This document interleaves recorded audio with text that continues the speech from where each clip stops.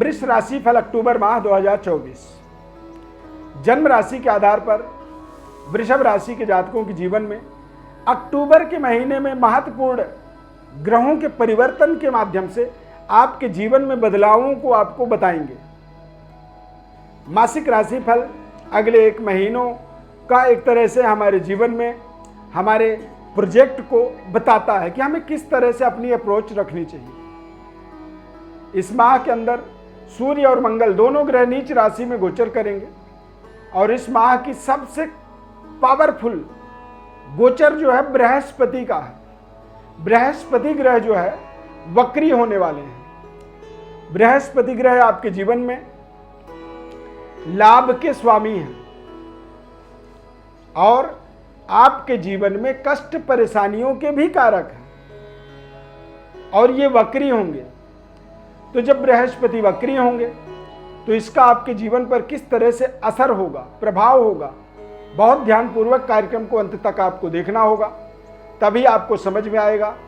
ये महीना आपके जीवन में एक नए तरीके की स्टार्टअप, बिगिनिंग, शुरुआत, ये सफलता की ओर भी आपको ले जा सकता है या असफलता की ओर। जब कार्यक्रम को अंत तक देखेंगे तो आपको समझ में आएगा और आप अपने जीवन में इस कार्यक्रम के माध्यम से आने वाले समय के लिए कुछ अच्छे रणनीति बना पाएंगे। इसका आपको सटीक एक उपाय भी, सरल उपाय बताएंगे कार्यक्रम के अंत में। चैनल में पहली बार यदि आप जुड़ रहे हैं तो सब्सक्राइब कर लीजिए और इस कार्यक्रम को ज़्यादा से ज़्यादा लोगों तक आप शेयर भी कर सकते हैं। मैं अरविंद देवव्रत ज्ञान चैनल में आपका बहुत बहुत हार्दिक स्वागत करता हूं। नमस्कार, जय माता दी, जय श्री राम। इस चार्ट के माध्यम से आप देखें, इस महीने में बुध ग्रह तुला राशि में गोचर करेंगे। बुध आपके जीवन के अंदर कारक ग्रह होते हैं। मैक्सिमम समय कन्या और तुला राशि में ही ये गोचर करने वाले हैं पूरे महीने। और आपके कारक ग्रह शुक्र हैं जो कि तुला राशि में गोचर करेंगे।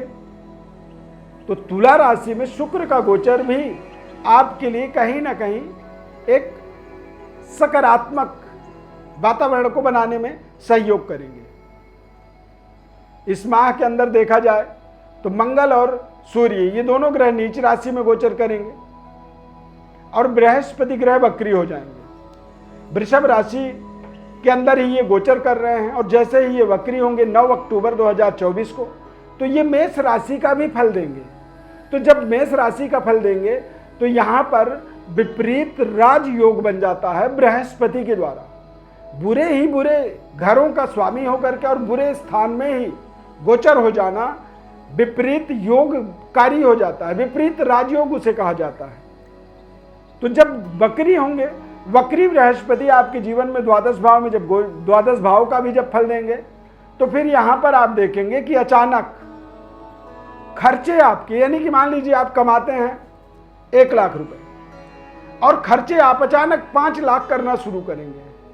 तो 5 लाख खर्च करेंगे, मतलब विपरीत राजयोग का मतलब क्या होता है कि वो आपको 8 लाख देने लगता है।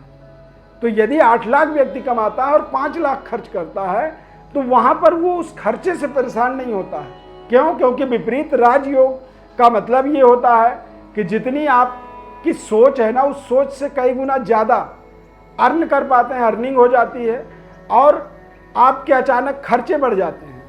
तो भैया हर कोई यही करना चाहता है, हर कोई मन में ये सोचता है कि मैं राजाओं की तरह खर्च करूं, पर राजाओं की तरह आमदनी हो तो राजाओं की तरह वो खर्चा भी करे।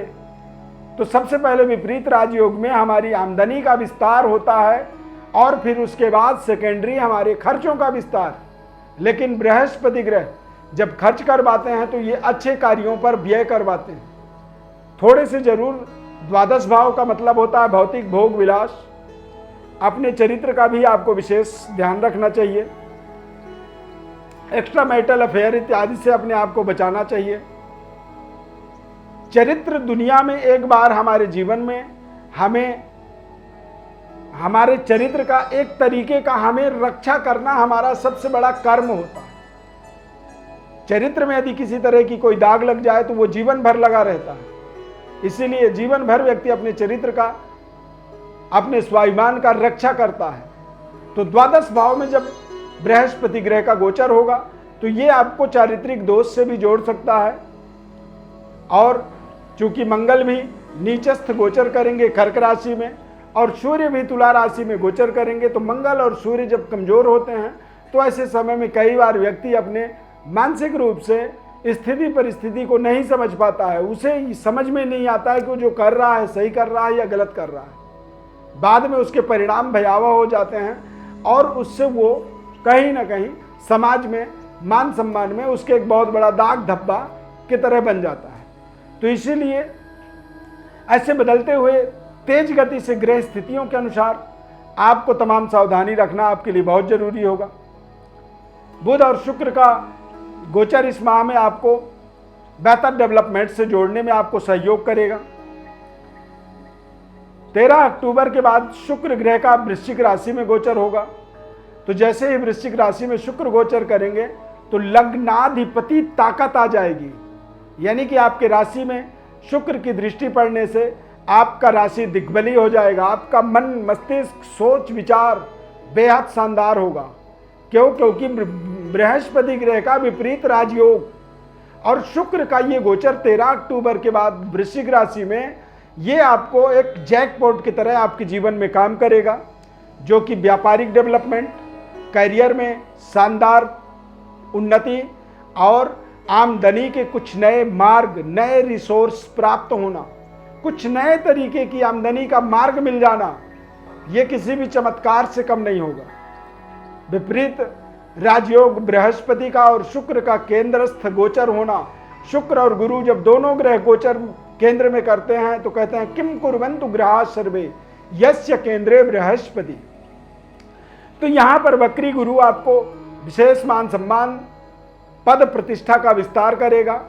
शनि का गोचर भी अनुकूल रहेगा, परंतु ध्यान रखें मंगल व्यापार के स्वामी हैं जो कि नीच राशि में गोचर करेंगे 20 अक्टूबर के बाद। तो 20 अक्टूबर से पहले पहले आप जो काम कर रहे थे उन कार्यों के अंदर भी आप देखेंगे कि अचानक 20 अक्टूबर के बाद जैसे ही नीच राशि में मंगल का गोचर होगा तो मंगल की दृष्टि, उच्च दृष्टि आपके भाग्य में पड़ जाएगा और मंगल की 8वीं दृष्टि आपके करियर, कार्य क्षेत्र, यानी कि मंगल की 8वीं दृष्टि आपके जीवन में कुल दीपक योग बना देगा। तो इस माह की सबसे बड़ी खूबसूरती यह है कि प्रारंभिक समय तो थोड़ा सा स्ट्रगल होगा और जैसे जैसे ये महीना बढ़ता चला जाएगा समाप्ति की ओर, वैसे वैसे आपके जीवन के अंदर तमाम व्यवस्थाओं में सुधार।